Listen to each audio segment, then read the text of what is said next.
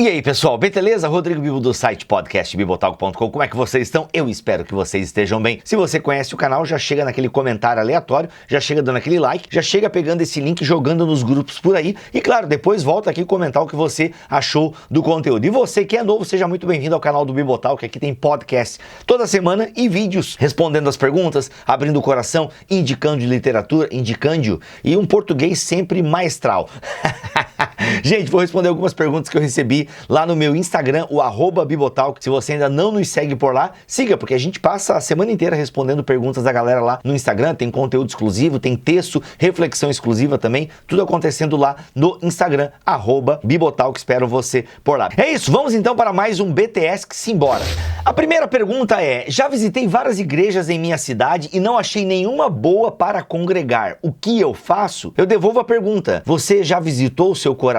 Porque não é possível, cara, que você tenha visitado muitas igrejas e não tenha achado uma que pregue a palavra de Deus, que ministre as ordenanças ou sacramentos e que cumpra o ID de Jesus. Requisitos básicos para qualquer igreja. A não ser que você more na ilha de Crockett, mano. Aí sai correndo que o padre tá possuído. Entendeu? Então assim, gente, eu sei que existe uma dificuldade enorme. A pandemia revelou o quão complicados nossos púlpitos andam. A pandemia revelou a pobreza de muitos líderes eclesiásticos na ministração da palavra. Isso é um fato. Nossos púlpitos estão pobres. Isso eu não tiro. Agora, gente, a gente tá falando de uma cidade. E outra, você precisa ter a consciência, brother, que toda igreja que você congregar, uma ou outra coisa você vai ter que abrir uma concessão. Não existe uma igreja que case 100% com as tuas ideias, com os teus pensamentos. Olha, eu congrego numa igreja boa, bíblica, comprometida com a palavra, de pastores que realmente estudam, se dedicam. Cara, é normal que uma ou outra coisa, poxa, aí eu penso um pouco diferente. Mas não é nada que fira o que é central da escritura, entendeu? Não, são posicionamentos, coisas que não são essenciais, sabe? Agora, pô, o essencial tá ali. E, mano, e o essencial é muito possível de uma igreja cumprir. Basta ela se ater ao que a Bíblia pede naquilo que é básico e compreensível. Então, assim, vamos visitar o teu coração primeiro? Vamos visitar o teu coração porque, às vezes, você cria uma igreja muito perfeita na sua cabeça, né? Você cria uma igreja sempre com aqueles pregadores tops que você acompanha nas internet. Não dá, gente, não dá.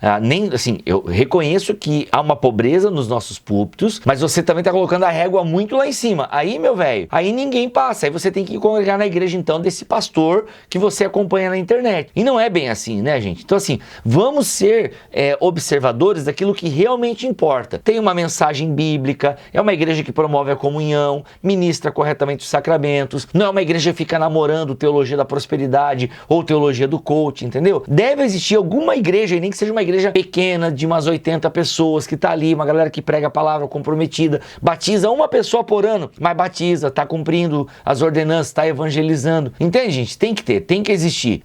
Pô, mano, não dá. Visita o teu coração aí, velho, porque a não ser que você mora em Crockett, aí eu vou dizer pra você sair correndo mesmo, tá bom? Então assim, gente, vamos baixar um pouco. Às vezes a gente cria expectativas muito altas e a sua igreja local tem que atingir o padrão de grandes igrejas internacionais ou de grandes pastores celebridades. Vamos ficar com calma, tá? Vamos ficar com calma. Tem muita gente boa, tem muita igreja séria, tá? Então, assim, seja menos. Simbora para a próxima pergunta aqui do BTS. É pecado ter sociedade com não cristão? Respondendo rapidamente a pergunta, não é pecado fazer sociedade com um cristão. Não existe nada na Bíblia que te proíba de você ter um negócio com uma pessoa que não é crente. Inclusive, eu conheço casos em que os sócios, um deles é cristão, o outro é agnóstico, é tanto fez, tanto faz e tal, mas é uma pessoa decente. Afinal, você não precisa ser crente para ser uma pessoa decente, que respeite as leis e que pague certinho os impostos, ok? Então não é pecado ter sociedade com o não cristão, assim como não é pecado você casar com um não cristão, entende? Eu só acho que aqui nós entramos na categoria de não é aconselhável, não é bacana, entende? Por quê? O texto de Paulo que algumas pessoas utilizam, até eu abri aqui, que é 2 Coríntios 6, né? 2 Coríntios 6, versículo 14. Não se ponham em julgo desigual com os descrentes. Como pode a justiça ser parceira da maldade? Como pode a luz conviver com as trevas? Enfim, todo o contexto de 2 Coríntios 6, isso vai ficar claro em 2 Coríntios 7 é o contexto de vivência de igreja, de nós não tolerarmos dentro da igreja pessoas que vivam de qualquer forma, que realmente são descrentes. Então por isso existe a disciplina eclesiástica, existe todo o cuidado de não se associar com os ímpios. Agora, isso está falando de vida cristã dentro da igreja e claro, vale para fora da igreja também. Só que esse não se associar é ter uma vida em comum. E você pode ter uma sociedade com uma pessoa que não é cristã. Agora, repito, não é pecado. Você não está quebrando nenhuma lei, nenhum mandamento. Mas é recomendável? Então, grosso modo, eu colocaria na categoria não recomendável, a não ser que você conheça muito bem essa pessoa, o caráter dessa pessoa. A mesma coisa,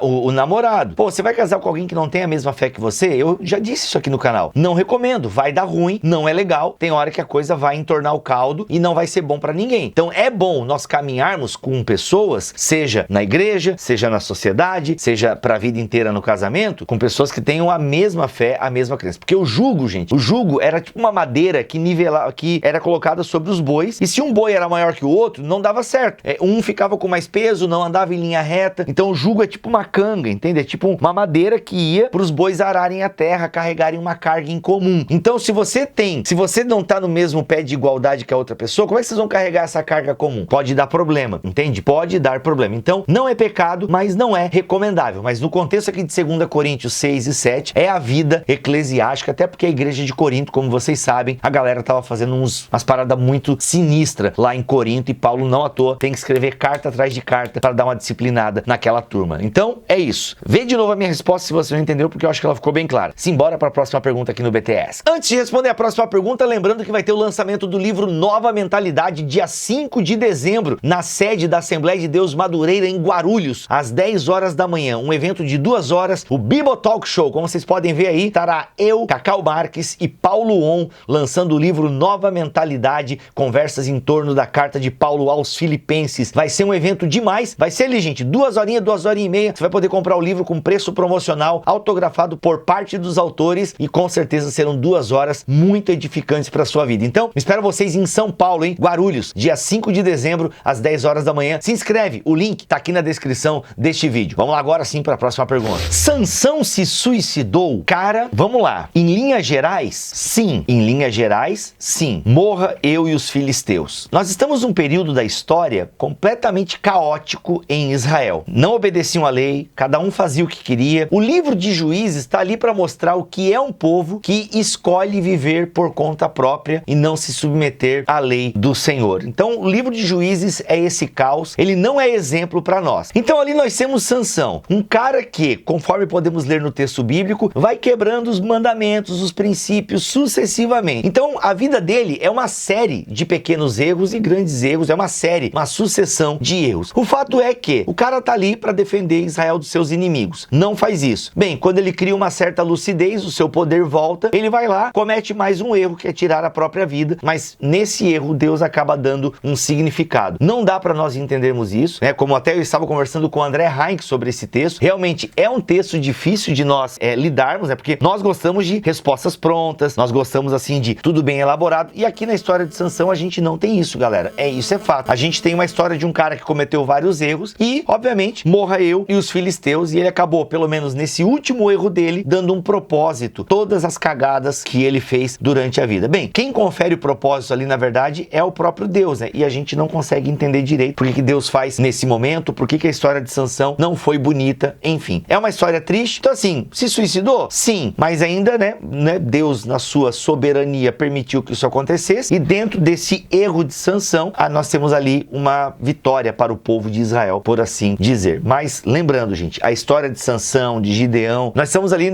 anti-heróis, são anti-heróis que não dá pra gente ficar pegando a vida deles como exemplo pra nossa, tá bom? Então, assim, se você tem pensamentos suicidas e tá pensando, pô, já pensou se no meu suicídio Deus desperta pra alguma coisa? Não, talvez isso não aconteça. Provavelmente isso não vai acontecer. Se aconteceu com Sansão, é porque Deus realmente ali tinha planos para o povo de Israel. É um povo que está se desenvolvendo, ainda está se descobrindo como nação, e você não é Sansão. Então, por favor, se você tem esse tipo de pensamento, procure ajuda urgentemente, abra o seu coração para alguém, tá bom? E é isso, gente. A próxima pergunta que eu ia responder é se há salvação na Igreja Universal.